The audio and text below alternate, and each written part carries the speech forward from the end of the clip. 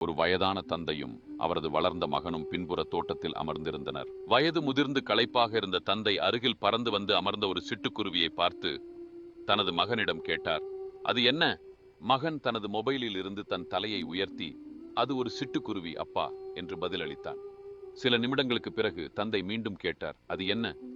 மகன் கொஞ்சம் கடிந்து கொண்டு, நான் இப்போதுதான் சொன்னேன் அப்பா, அது சிட்டுக்குருவி என்று கூறினான்.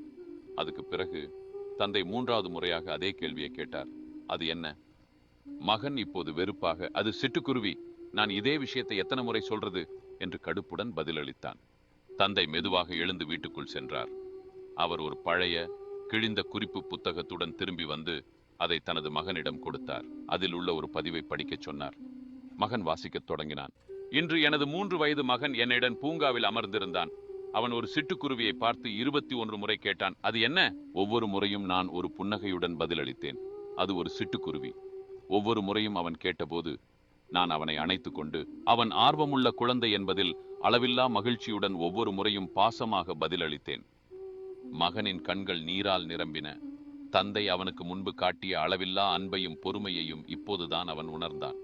தந்தை மகனின் தோளில் கையை வைத்து, எனக்கு தெரியும் நீ பிஸியாக இருக்கிறாய், ஆனால் நான் வயது முதிர்ந்தவானாகும் போது உன் சிறு வயதில் உனக்கு நான் காட்டிய அன்பையும் பொறுமையையும் நீ எனக்கு காட்ட வேண்டும் என்று மெதுவாக கூறினார்.